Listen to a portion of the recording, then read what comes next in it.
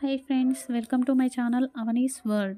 Gurur Brahma, Gurur Vishnu, Gurur Deva Maheshwaraha, Guru Sakshat Parabrahma, Tasmai Shri Gurave Namaha, Matru Devo Bhava, Pitru Devo Bhava, Acharya Devo Bhava, Sri Matre Namaha.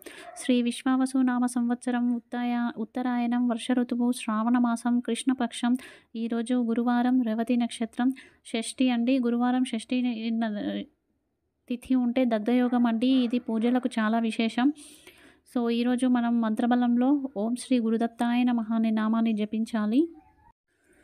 So పూర్వాజిత కర్మఫలాన్ని తొలగించుకొని పూర్వాజిత పుణ్యఫలాన్ని పొందడం కోసం ఓం శ్రీ గురుదత్తాయ నమః, ఓం శ్రీ గురుదత్తాయ నమః, ఓం శ్రీ గురుదత్తాయ నమః ఈ నామాన్ని 108 సార్లు జపించి గురువు అనుగ్రహాన్ని పొందండి. గురువు అనుగ్రహం ఉంటే ఖచ్చితంగా మనం ఏదైనా సాధిస్తాము.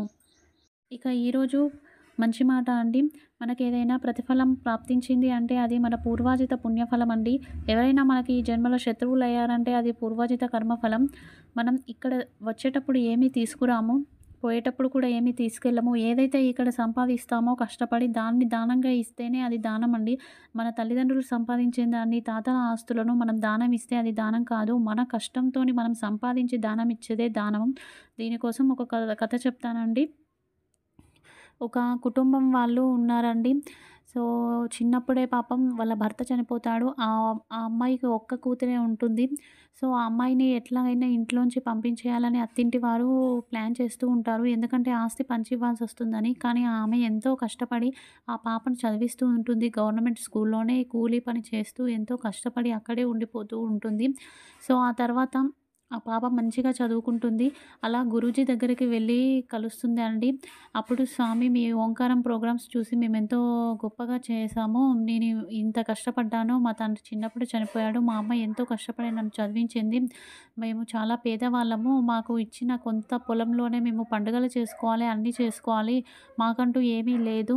నేను ఎంత చదువుకుంటున్నాను అని అడగగానే ఆ అమ్మాయి మెడికల్ అని చూపిస్తుందమ్మా నీ ఇంటెన్షన్. కానీ మీరు పేదవారు అంటున్నారు. నువ్వేం చదువుకున్నావో నువ్వే చెప్పమ్మా అంటే, ఆ అమ్మాయి నేను ఎంబీబీఎస్ కంప్లీట్ చేసి ఇంటర్న్‌షిప్ చేస్తున్నాను గురువుగారు అని చెప్పింది.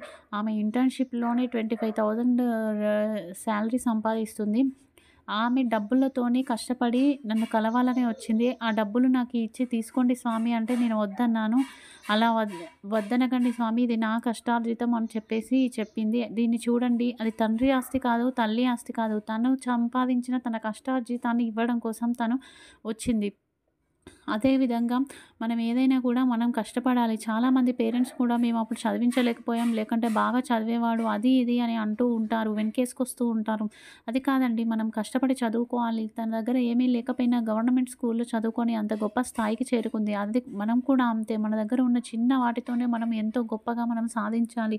మన సంపాదనతో మనం దానం చేస్తే దేవతలు మెచ్చుకుంటారు. కర్మ శుద్ధి అవుతుంది, ధనము శుద్ధి అవుతుంది, మంచి గురువులు లభిస్తారు.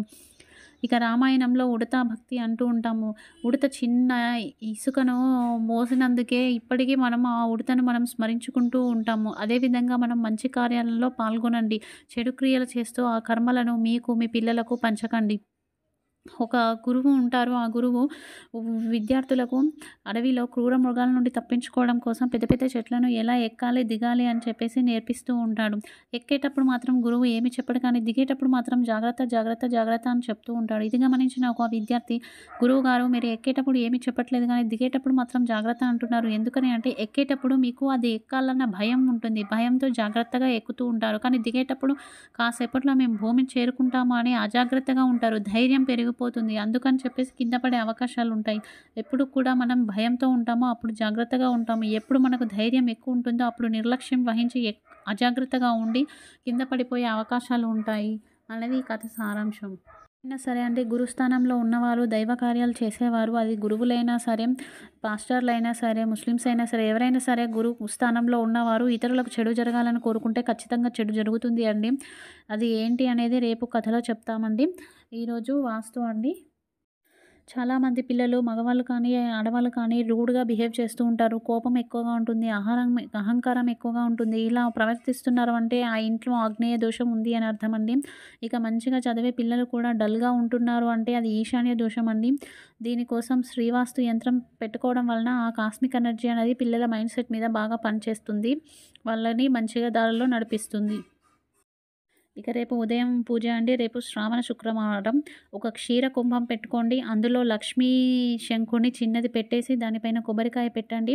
మరుసటి రోజు ఆ శంకుని తీసి రోజ్ వాటర్‌తో కడిగి ఎర్రటి గుడ్డలో పెట్టి పూజా గదిలో పెట్టండి. అలాగే పాలను చెట్టుకు పోయండి. తర్వాత కనకధార స్తోత్రాన్ని కానీ, గుప్తలక్ష్మి స్తోత్రాన్ని కానీ పారాయణ చేయండి. ఇలా చేయడం వలన దారిద్ర్యం దూరమై సాక్షాత్తు ఆ మహాలక్ష్మి మన ఇంట్లో కొలువై ఉంటుంది. నమ్మక ద్రోహం నుండి విముక్తి కోసం, ఇతరులు మనల్ని బాధపెడితే ఆ బాధల నుండి విముక్తి కోసం ఏ రోజు సాయంత్రం మహావిష్ణువు ముందు అరటి వత్తులతో కానీ, లేదంటే జిల్లేడు వత్తులతో కానీ దీపారాధన చేసి పసుపు రంగు పుష్పాలను సమర్పించాలి.